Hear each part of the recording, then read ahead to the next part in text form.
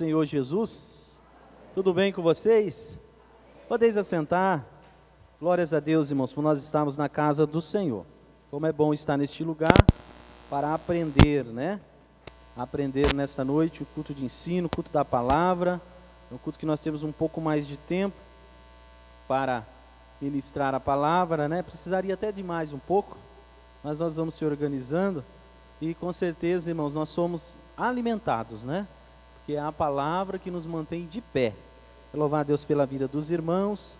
Eu já quero aproveitar, irmão, sem perda de tempo, abra sua Bíblia. Livro de Daniel, capítulo 5. Daniel, capítulo 5. Glória a Deus. Daniel, capítulo 5. Nós vamos ler. Para nós não lermos quase todo o capítulo 5, vamos ler o versículo 22, a partir do versículo 22. Livro de Daniel, capítulo de número 5, o versículo de número 22.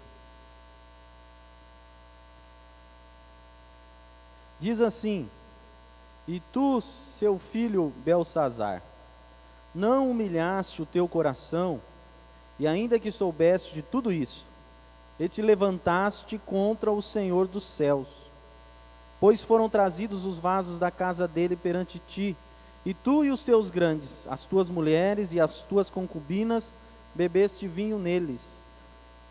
Além disso, deste louvores aos deuses de prata, e de ouro, de cobre, de ferro, de madeira e de pedra, que não veem, não ouvem, nem sabem, mas a Deus em cujas mãos está a tua vida, e todos os teus caminhos, a Ele não glorificastes. Então dele foi enviada aquela parte da mão, e escreveu-se esta escritura. Esta, pois, é a escritura que se escreveu: Mene, Mene, Tekel, Ufarzim. E esta é a interpretação daquilo. Mene, contou Deus o teu reino, e o acabou. Tekel, pesado foste na balança, e foste achado em falta. Pérez, dividido foi o teu reino, e deu-se aos medos e aos persas. Amém por essa palavra?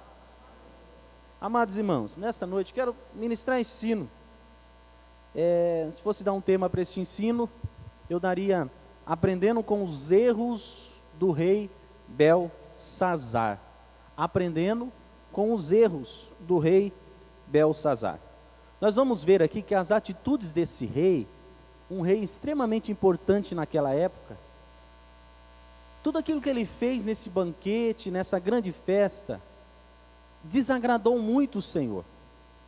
Então nós, irmãos, como observadores, como amantes da palavra, como aqueles que precisam entender qual é a vontade de Deus, sobre aqueles que precisam entender o que não fazer para desagradar ao Senhor. Aqui no capítulo 5 de Daniel nós temos um exemplo muito claro de algumas coisas que desagradam a Deus. E essa tem que ser a nossa preocupação, irmãos. Eu estava meditando sobre esse estudo nesse dia, né? E às vezes a nossa preocupação tem sido com tantas coisas, né? Com o dia a dia, com tantas e tantas preocupações aqui. Mas a gente tem que se preocupar mais em agradar ao Senhor. A gente tem que se preocupar mais em o que fazer para não desagradar. O que desagrada a Deus? Você tem a sua esposa, você tem o seu esposo, você tem o seu filho, a sua filha, você tem alguém chegado de você. Eu tenho certeza, essa pessoa que você tem essa intimidade, você sabe o que desagrada ela. Se você tocar em algum ponto, se você tomar alguma atitude, se você falar de certa forma, você sabe que vai desagradar. Então aí você, por amor a essa pessoa, por conhecê-la, você vai tomar todo um cuidado para não desagradar. E nós com o nosso Deus, com o nosso Criador, irmãos? Qual tem sido a nossa preocupação? Então eu vejo aqui que há algo que esse rei faz nesse banquete que desagrada muito ao Senhor. Esse rei peca, esse rei desagrada. Só que mesmo em um momento de caos, em um momento em que o Senhor está totalmente irado contra este rei, e que ele vai manifestar por uma mão que aparece nesse banquete, nessa parede estucada do palácio, ou seja, pastor Cláudio, uma parede muito bonita, estava perto dos catiçais, era um lugar de destaque, e de repente o rei vê uma mão, irmãos. Você imagina essa cena?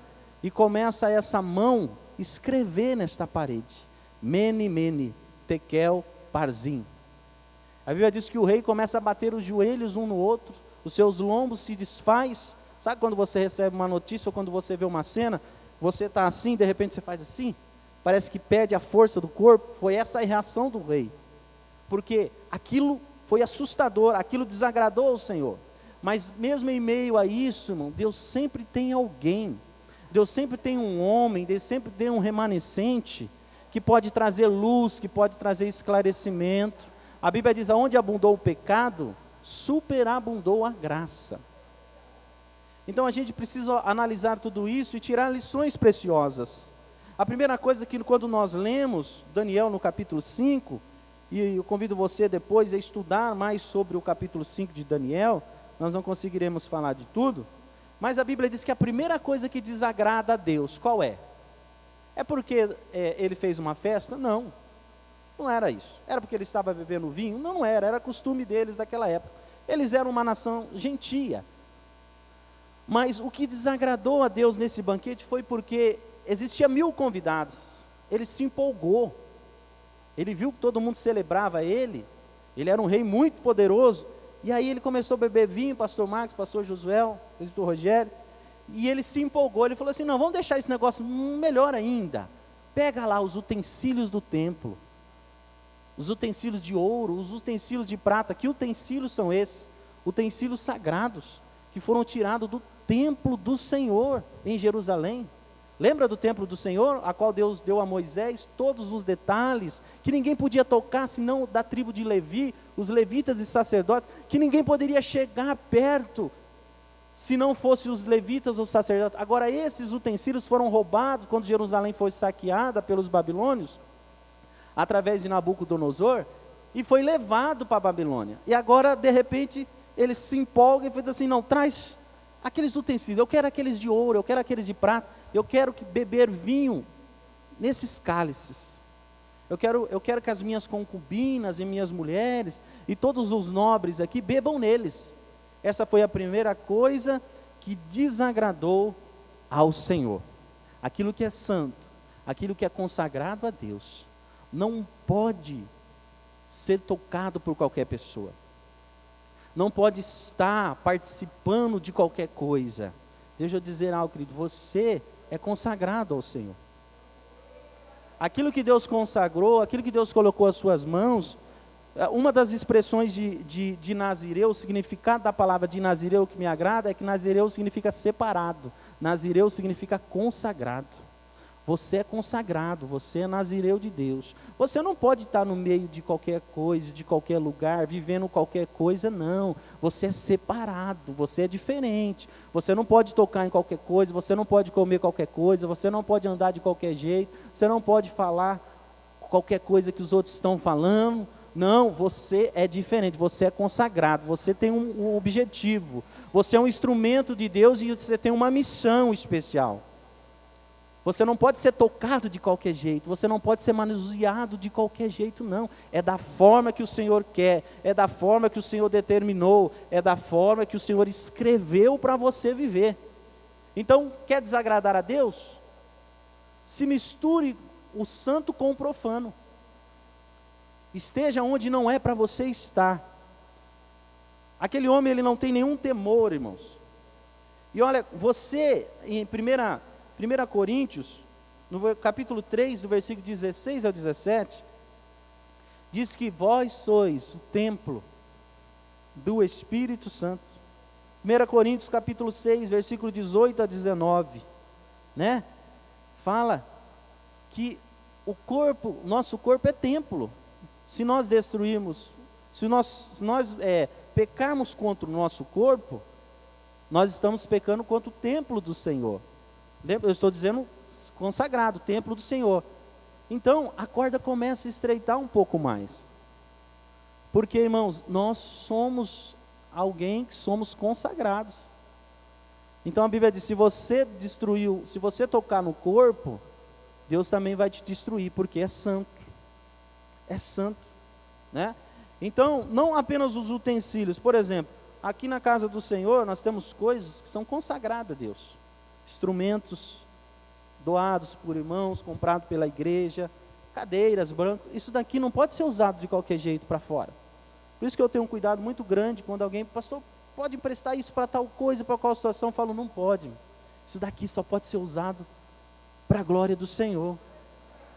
Eu posso levar para fazer isso, aquilo? Não, isso não pode. Isso daqui pode ser usado para um congresso, pode ser usado para um evento. Se está ligado à adoração, se está ligado às coisas de Deus, pode. Se não, não pode, porque é coisa santa, é coisa consagrada. Tem que ser usado por esse único e finalidade objetivo, que é a glória de Deus. A gente tem que tomar muito cuidado com isso, irmãos, aquilo que é consagrado ao Senhor, né? E a corda ela estreita mais porque nós somos consagrados ao Senhor. Então aqui já é provado que nós somos o templo, então nós somos consagrados. Outro detalhe importante, irmãos, é que quando, em 1 Samuel no capítulo 5, conta a história que a arca foi levada. Você se lembra desse episódio? Que a arca foi levada pelos filisteus, lá atrás. E eles colocam a arca, irmãos, que simboliza a presença de Deus, na casa de Dagon, o Deus dos filisteus. Uma parte era corpo humano, né? Outra parte era peixe, uma cabeça de peixe. E eles colocam essa arca lá no templo de Dagon, de frente com Dagon, aquela estátua muito grande. E eles fecham lá e vão embora, vão dormir. A Bíblia diz que de madrugada, quando eles chegam, Dagon está prostrado com o seu rosto em terra, aquela estátua caída. E eles não entendem o que aconteceu. Porque a presença do Senhor, irmãos, ela não pode, as coisas de Deus não podem ficar em qualquer lugar. Não resiste a consequência para essas coisas. É muito sério, é muito sagrado. E aí eles colocam de volta essa estátua de Dagon e voltam para o outro dia. Quando eles voltam lá, a cabeça de Dagon está cortada, o seu rosto em terra, as palmas das suas mãos estão cortadas. Aí eles se assustam, porque eles estão brincando com coisas sérias. A Bíblia diz que eles se assustam, eles querem tirar a arca do Senhor de lá. Acontece uma grande causa ali. A Bíblia diz que eles começam a ser acometidos por hemorroidas. E não foi qualquer tipo de hemorroida, irmãos, foi algo muito sério, que eles começavam a clamar, a gritar a Deus, para ter misericórdia deles. Pestes, ratos e tantas coisas, e eles começam a tentar levar em outro lugar. Os 5 príncipes dos filisteus se reúnem e falam assim, a gente precisa tirar isso daqui, porque a presença do Senhor não pode ficar neste lugar. E a Bíblia diz que eles dão um jeito, né, de tirar a arca do Senhor, fazem ali de ouro, né, simbolizando ali os príncipes, fazem ratos de ouro, hemorroidas de ouro, colocam um carro de boi novo, vacas novas para levar a arca para o destino que ela deve ficar. E a Bíblia diz que as vacas, interessante, né? Elas vão no caminho correto, sem ninguém precisar, e elas chegam até o lugar correto. Aí chegou um desavisado lá do povo de Israel, Kiriat Jeraim, se eu não me engano, e quer olhar o que tem dentro da arca. A Bíblia diz que ela é morto. Porque, irmãos, as coisas que são consagradas ao Senhor precisam de ordem, decência, reverência. Há um manual, há uma regra. Não é do nosso jeito, da nossa forma. É da forma em que Deus estabeleceu para ser. É por isso que quando Moisés está num certo lugar, a Bíblia diz, Deus falando, tira as sandálias dos vossos pés, porque o lugar em que você está é terra santa. Parece que o tempo tem passado, irmãos, e eu tenho notado, percebido, que parece que aquele medo, eu posso dizer medo, vou usar essa palavra, não vou usar temor, eu vou usar medo. Parece que nem medo mais muitas pessoas estão tendo mais. Antigamente, num culto de Santa Ceia, a pessoa que tivesse feito alguma coisa, ela se prostrava, antes mesmo do pastor começar, pastor, eu preciso pedir perdão à igreja. Existia uma reverência muito nas coisas sagradas, na casa do Senhor, e muitas das vezes nós temos perdido isso, mas a palavra não mudou, ela continua a mesma. Nós não podemos, irmãos, desagradar ao Senhor. Nós somos morada santa. Nós somos templo santo do Senhor. E nós precisamos ser consagrados diariamente a Ele. Cuidado, irmãos, de você querer misturar aquilo que é de Deus com aquilo que é do mundo. Né? Nós vemos muito isso acontecendo por aí, o tal do ecumenismo. Né? Quem sabe o que é ecumenismo? Todas as religiões se unem, todas as religiões estão juntas. Não, importante é Deus, Deus é um só. E lá tem vários tipos de religiões, de heresias. E está lá muitas das vezes um servo de Deus junto. Né? Será que Deus tem se agradado disso? Dessa mistura? Não, aqui está nos a prova que Deus não se agrada. Aquilo que é de Deus, aquilo que é consagrado ao Senhor, tem o lugar certo para ser usado, tem a maneira certa de ser manuseada. Então, irmãos, não vamos perder a essência daquilo que Deus tem para nós. Muito cuidado com essa mistura. A Bíblia diz que nós devemos pregar o Evangelho, né? A Bíblia diz que Paulo fala que ele se fez grego, né, para ganhar os gregos, se fez bárbaros para ganhar os bárbaros, né? Ele tinha uma forma, uma estratégia para se achegar às pessoas, só que ele não se contaminava, ele não deixava de entregar a sua mensagem, ele não deixava de pregar o Evangelho verdadeiro. Às vezes a gente vê por aí uns cantores, né, se misturando com cantores não evangélicos, mudando. Acho importante a mensagem chegar, acho importante, irmãos, a palavra de Deus chegar, mas precisa haver confrontação, precisa haver mudança, né? A gente tem que chegar até essas pessoas, a gente tem que amar essas pessoas têm que ver em nós humildade e amor, senão como elas vão nos ouvir, né? Ninguém está falando para se separar do mundo, mas nós podemos chegar até lá, como Daniel chegou, e esclarecer as coisas, e ser uma luz em meio às trevas. Então o que desagrada ao Senhor é quando nós misturamos as coisas santas com as coisas profanas. Amados, a segunda coisa que desagrada ao Senhor é a idolatria, porque ele utiliza os utensílios do templo. Pronto, aquilo ali já, a ira do Senhor já se acende. E aí sabe o que ele faz? Ele começa a adorar os deuses de barro, deuses de pedra, deuses de prata. Aí ele começa a dar glória, dar louvores a esses deuses. Irmãos, o povo de Israel, até nos dias de hoje, eles têm uma dificuldade muito grande até, de aceitar a Jesus, de reconhecer Jesus como Salvador. Por quê? Eles são uma nação monoteísta. Nós também somos monoteístas, não somos? Nós acreditamos que só há um Deus, que não há outro Deus. O povo de Israel, desde Gênesis até Apocalipse, nós vemos consequências muito grandes, eles vêm sofrendo, porque eles começaram a se voltar à idolatria. Eles se voltavam a Baal, né, a Astarode, e aqueles outros deuses mais do Novo Testamento, a Diana, aí aos deuses romanos, Júpiter, e tantos deuses. Isso, eles sofreram bastante, e eles aprenderam a lição nos dias de hoje. Então quando fala que Jesus é Deus, eles não entendem, eles acham que estão pecando. Mas nós sabemos, nós cremos na Trindade Santa, o Pai, o Filho e o Espírito Santo. Mas a idolatria, irmãos, desagrada ao Senhor, né? Nós vemos aqui, 1 Samuel no capítulo 15, versículo 23, aliás, 1 Coríntios 10, 14, diz assim: fuja da idolatria. É interessante essa expressão, né? Porque a gente tem o costume de dizer que para todas as coisas nós devemos orar e jejuar. Mas uma das coisas que a Bíblia não fala para orar e para jejuar é o contra o quê? É os prazeres da carne, né? Pecado sexual, tudo aquilo remete ao corpo. A Bíblia diz para nós fugir dos prazeres da carne. Porque se nós queremos enfrentar, nós vamos cair. Então a gente tem que fugir.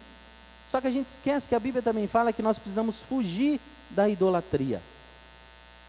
Talvez você fale, pastor, mas eu não adoro a ídolos, a santos, nada disso. Mas o que é idolatria, irmãos? É uma admiração em excesso. é você exaltar algo, é você dar valor em excesso a algo. Sabe o que é idolatria? É você colocar algo como prioridade na tua vida e as outras coisas não têm tanta importância. Será que nós não estamos sendo idólatras em algumas situações? Será que nós não estamos idolatrando alguns pastores, idolatrando filhos, idolatrando trabalho, idolatrando esposa, marido? É prioridade. Isso aqui é prioridade. Obra de Deus, não. Não. Senhor, minha vida de oração, não. Isso aqui é prioridade. Se isso daqui estiver bem, eu estou bem, né? Agora, se isso daqui não estiver bem, meu mundo desmorona. Isso é idolatria, irmãos. É idolatria. Olha outra coisa que é idolatria, 1 Samuel capítulo 15, versículo 23. Quando Samuel está falando com Saul, a parte B diz assim: porque o porfiar é como idolatria. Ele usa o adjetivo, na verdade ali o substantivo, né? Ele usa ali que idolatria é igual a porfiar. O que é porfiar? É lutar, é desobedecer, é ir contra. Antes ele disse que o pecado de feitiçaria é igual, aliás, o pecado de rebelião é igual ao pecado de feitiçaria. E ele continua, porque o porfiar é como idolatria. Então, se você é rebelde a algo, se você luta contra a vontade de Deus, se você desobedece, você está sendo idólatra. E a segunda coisa que eu estou ministrando nesse ensino, que desagradou ao Senhor, que fez aquela mão aparecer naquele jantar, foi a idolatria. Então, irmãos, nós precisamos fazer uma reflexão. Porque quando fala idolatria, a gente cruza os braços, a gente fala, não, está tranquilo. Eu não tenho imagem em casa, eu não faço reverência para outros deuses, não, eu creio num só Deus. Mas aonde está a nossa confiança, aonde está o nosso tesouro, ali está o coração. Então, irmãos, cuidado. A Bíblia diz, aquele que não deixar pai e mãe, Deus está falando de idolatria aqui. Deus não está falando, a Bíblia fala que o primeiro mandamento com promessa é que obedecer pai e mãe, porque vão acrescentar os seus. A Bíblia não é contraditória. A gente precisa entender o que ele está dizendo. Se você prioriza aquilo sobre tudo, e aí um dos mandamentos que o Senhor resume, amar a Deus acima de todas as coisas, e o teu próximo como a ti mesmo, né? E quando aquele homem quer seguir Jesus, e Jesus fala assim, vem, ele diz assim, não, deixa eu enterrar, tem que enterrar os meus parentes, né? Não é assim que ele diz? Jesus fala, não, então, você não tem negócio comigo. Porque, irmãos, a primeira coisa, buscar em primeiro lugar no reino dos céus, e a sua justiça, e as demais coisas vos serão acrescentadas. Deixa eu te dizer algo, o filho que você tem não é teu, é do Senhor. A filha que você tem não é teu, não é tua, é do Senhor. O seu trabalho é do Senhor. Irmãos, nós somos meros dispenseiros, mordomos, estamos administrando aqui. A nossa prioridade é o nosso Deus. Então, cuidado com a idolatria. Cuidado com a idolatria, porque isso desagrada ao Senhor. Os irmãos entendem isso? Você pode glorificar a Deus por essa palavra? Então, essas duas coisas em especiais desagradam a Deus. E agora o rei fica sem saber o que fazer. O rei pede para chamar os adivinhos, os magos, os mais sábios, e ninguém consegue entender e traduzir aquela palavra que foi escrita naquela parede, Mené, Mené, Tekel, Parzim. Só que a rainha, ela diz algo para o rei, ela diz assim, ó, há um homem, no versículo 11 do capítulo 5, ela diz, há no teu reino um homem que tem o espírito dos deuses santos. Ai, que coisa linda. É por isso que eu disse que onde abundou o pecado, irmãos, superabundou a graça do Senhor. Existe um homem, há um homem. Existe alguém ainda que não se dobrou. Existe alguém ainda que está na brecha. E a Bíblia diz que Deus procura os verdadeiros adoradores, que adoram o Pai em espírito e em verdade. Né? A Bíblia diz que Deus, os olhos do Senhor estão procurando os fiéis da terra. Então, quando ninguém tem resposta, ninguém tem solução, quando esse mundo está mergulhado no caos, no pecado, na Babilônia, né? Quando tem um homem, quando tem um justo, a Bíblia diz que achou graça em Noé, por isso não destruiu. Quando Abraão está falando sobre Sodoma e Gomorra, e aquele anjo que está para destruir, ele começa a perguntar, e se tiver 50 justos lá, o Senhor destruiria? Não, ele vai descendo, descendo, descendo. Se tiver um justo só, o Senhor tem escape, tem resposta, tem solução, tem estratégia. Então existia um homem, a rainha diz assim, há um homem. Irmãos, isso me fez refletir uma coisa. Quando a situação está difícil, Daniel é chamado. Olha que interessante. Quando alguém está precisando de ajuda, Daniel é chamado. Será que você é essa pessoa na sua casa, na igreja, no seu trabalho, que quando as pessoas estão precisando de ajuda, sabe, elas te chamam? E isso, muitas das vezes, tem pessoas que reclamam, nossa, mas a pessoa só me chama quando está precisando, né? Quem nunca ouviu isso daí, né? Irmão, não fica triste por isso. Essa pessoa tem encontrado em você alguém que está fazendo a diferença nessa terra, né? A gente tem que olhar por esses olhos. Mas por quê? Porque sempre eu, porque sempre eu tenho que resolver isso, né, pastor? Aquele problema eu tenho que estar ali, ou porque quando está acontecendo isso me chamam para aconselhar, ou para ajudar, ou para tantas coisas. É porque você é diferente, porque há um espírito excelente sobre a tua vida, porque a palavra que o Senhor tem colocado sobre os seus lábios, a sua postura, o seu modo de agir, as suas atitudes demonstram a essas pessoas que elas podem confiar em você e que você tem sempre uma solução, você sempre tem uma palavra diferente, né? Então se alegre se essas pessoas te procuram, né?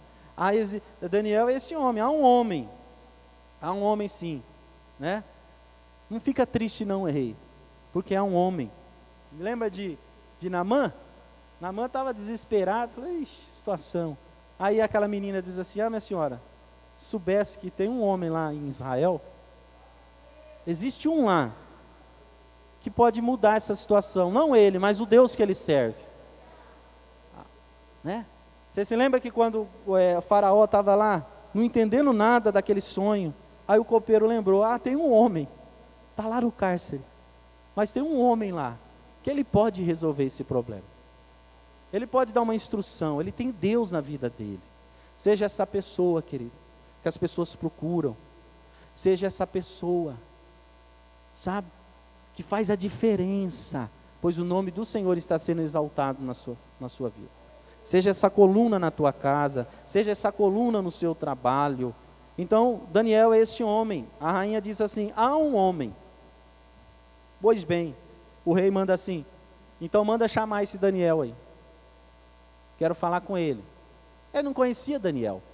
Daniel conviveu, não sei se foi com o avô dele ou com o pai dele, né? Nabucodonosor.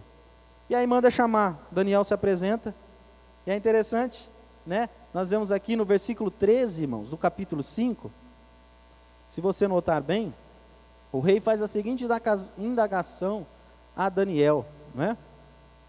Ele diz assim, és tu aquele Daniel? Olha que interessante. Me lembrei, pastor Marcos, uma mensagem que o senhor ministrou sobre isso, né? Tu é aquele ainda, Daniel? Lembra dessa mensagem? Irmãos, você ainda é aquele? Você mudou? Eu mudei? Você ainda é aquele lá? Daquele tempo? Vou melhorar para nós entendermos juntos. Você ainda é aquela pessoa lá? Aquele dom?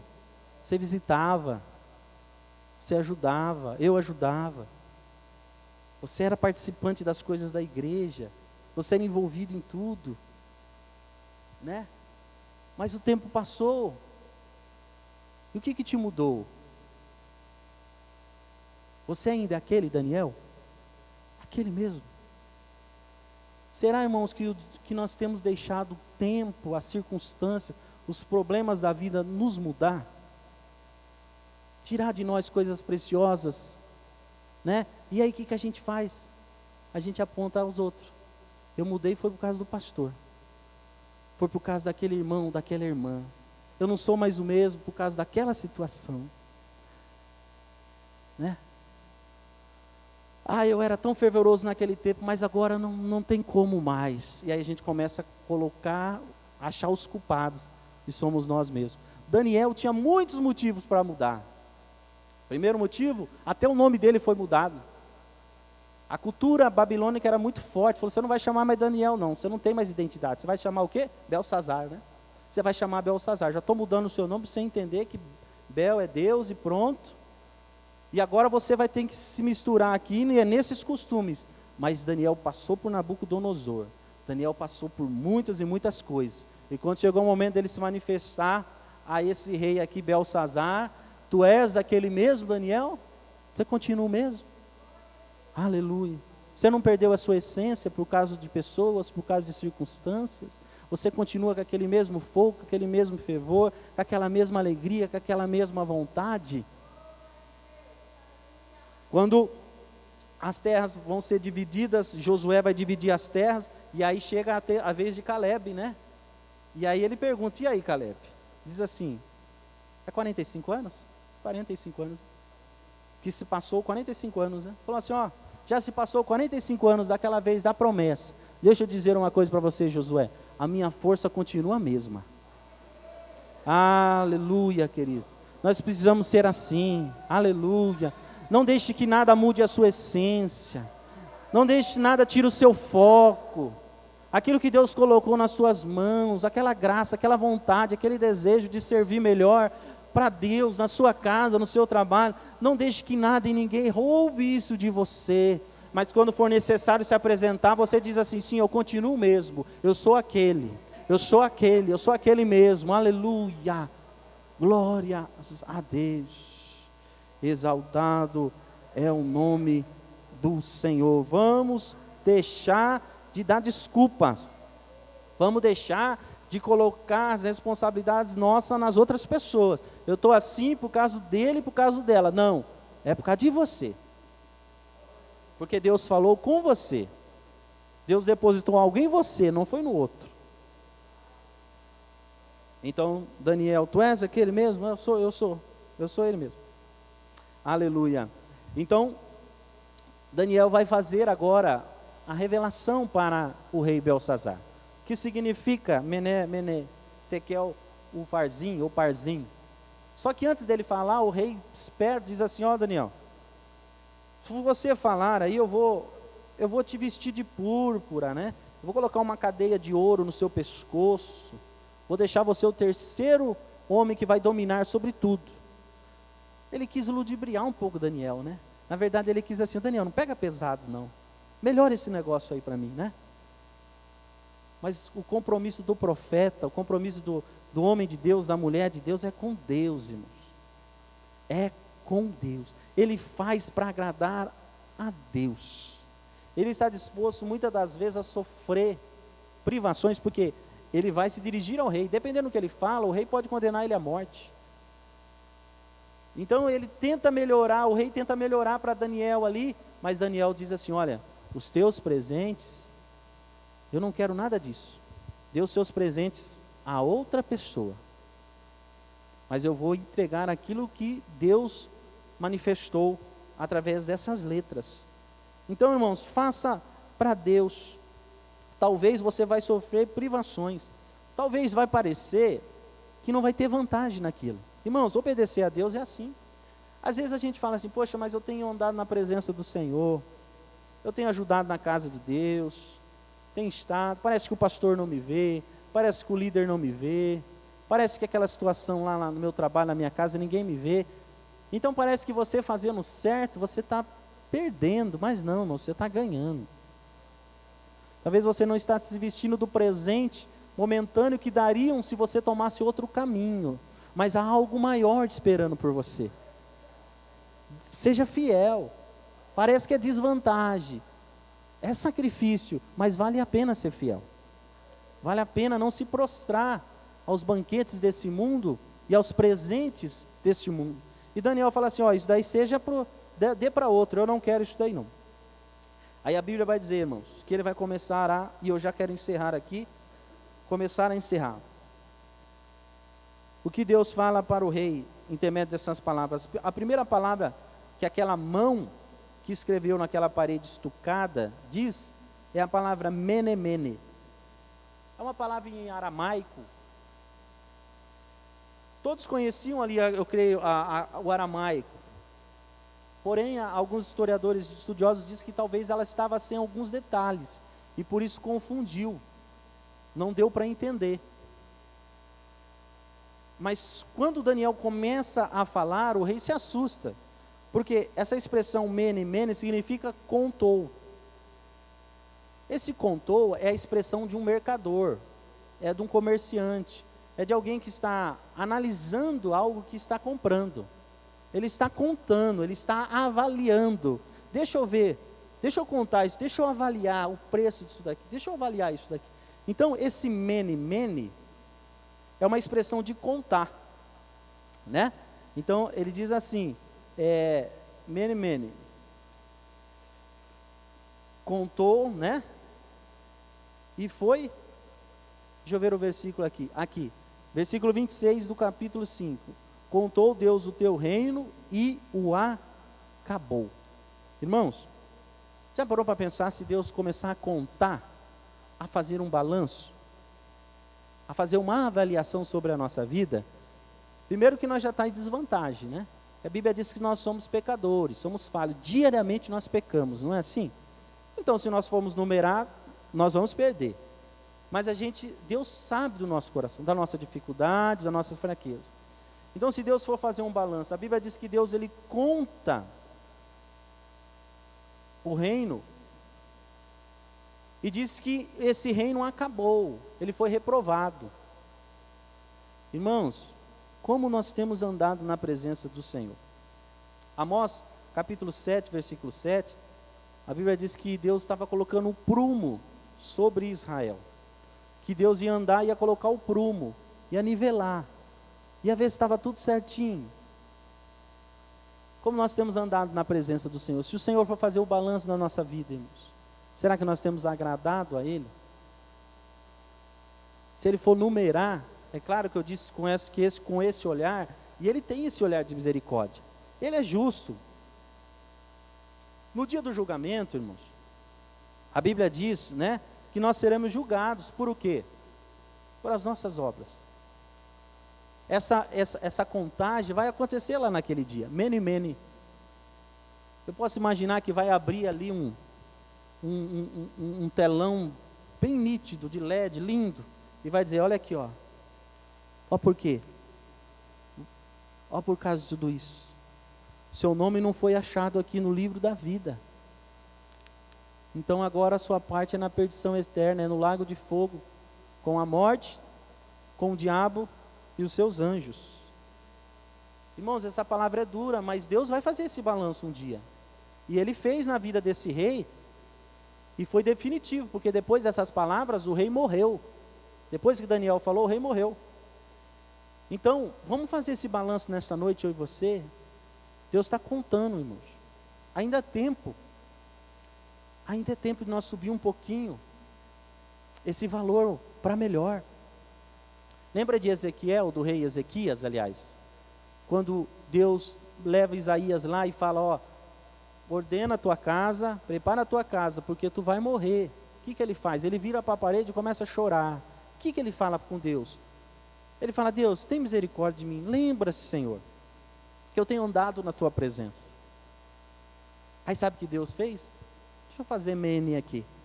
Analisou e falou, não é que é verdade? Estou conjecturando aqui, né, irmãos? Não é que é verdade? Não é que Ezequiel tem saldo positivo comigo? Não é que o rei Ezequiel tem história comigo? Não é que ele abriu o templo de novo, ele voltou a ter a Páscoa de novo? Não é que ele fez coisas? Então, peraí, deixa eu mudar esse decreto. Deus vai mudar decretos, querido. Deus vai mudar cativeiros. Deus vai mudar situações que já estavam ordenadas para a tua vida e para a tua casa. Deus vai contar e Deus vai colocar na balança e vai dizer assim, não, tem saldo comigo, tem reserva comigo. Aleluia, agrada ao Senhor, querido.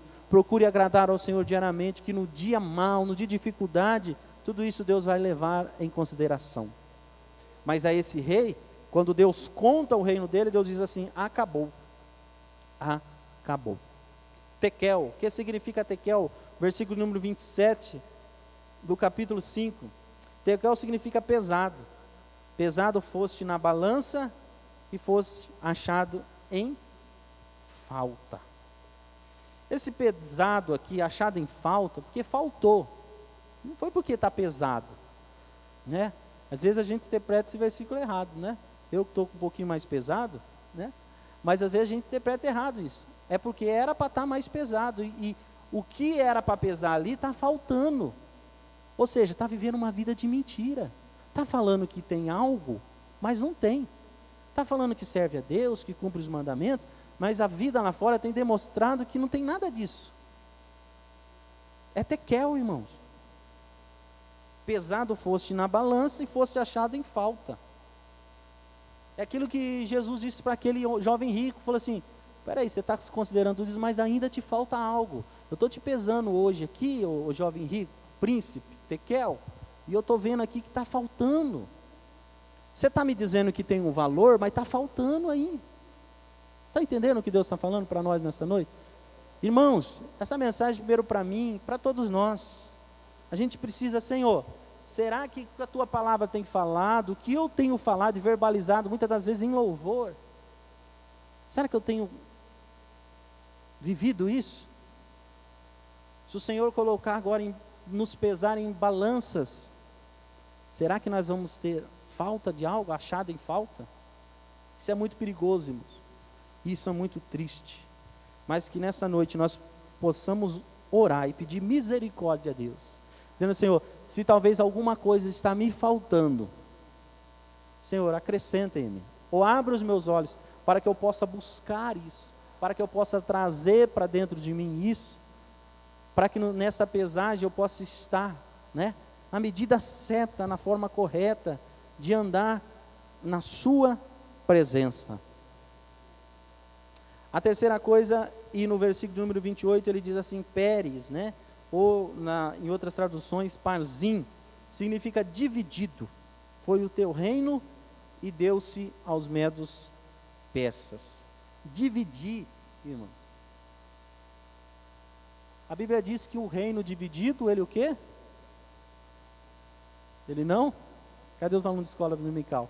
Eles não prosperam. A Bíblia diz, não, você não pode servir a dois senhores, porque você vai agradar um e desagradar o outro. Então, se Deus está dividindo o reino, é porque esse reino vai ser destruído. Tudo isso é consequência das ações, das atitudes do rei Belsazar. O pecado, ele traz isso, ele divide, ele separa, ele parte. E naquela mesma noite, a consequência dessa divisão é a morte, porque a Bíblia diz que o salário do pecado é a morte. Quando Deus divide o reino de Israel em 10 tribos para o norte, que são o reino de Israel, o reino norte, e 2 tribos para o sul, né, Benjamim e Judá, que é o reino sul, capital em Jerusalém, o reino norte, capital em Samaria, porque Roboão não quis ouvir os conselhos dos anciões da época do seu pai Salomão. Deus já estava mostrando ali que Israel ia ser destruído, como foi? Porque primeiro os assírios atacam Samaria, destrói o reino norte, e depois os babilônicos destroem o reino sul, e leva todos cativos para a Babilônia, como Daniel assim o foi. Então, irmãos, muitas das nossas atitudes só está dividindo. Quando você tem um certo valor, você começa a dividir. Chega uma hora que não tem mais que dividir, né? Eu tenho várias coisas, eu começo a dividir a todos aqui. Aí cada vez eu vou dividindo, vai chegar uma hora que eu não vou ter mais. Aí acabou. Então, atitudes diárias nossas, consequências erradas, atitudes erradas, desobediência, vai dividindo, irmãos, vai nos dividindo, vai nos separando, vai deixando os nossos cada vez mais fracos. Chega uma hora que a gente não suporta mais. Que Deus tenha misericórdia de nós. Que nesta noite, essa palavra de ensino possa trazer luz aos nossos corações. Que nós vejamos que existe um rei que desagrada, mas existe um cativo que agrada ao Senhor. Existe alguém que tinha de tudo para ser um rei bom, que tinha de tudo para louvar ao Deus dos céus, porque ele tinha tudo. Existe algum que estava quase sem nada, longe da sua casa, tirado a sua identidade, mas ele resolveu agradar ao Senhor. Que nós venhamos, irmãos, tirar lições desse banquete do rei Belsazar. E que nós sejamos como Daniel, dispostos a agradar ao Senhor Jesus. Se por acaso, irmãos, a gente olha para o futuro, Mene, Mene, Tekel, Parsim, a gente olha para o futuro. Jesus vai voltar. E nós seremos pesadas em balanças fiéis, diz a palavra. Não é balanças infiéis, balanças justas. Só que a gente se esquece que se nós morremos hoje ou amanhã, Jesus voltou para nós. Não é assim? Às vezes a gente coloca esse futuro que Jesus vai voltar, que a gente tem ouvido isso há muito tempo, e a gente talvez deixa algumas equações para depois resolver. E eu estou dizendo nessa noite, ó, veja como está esse número.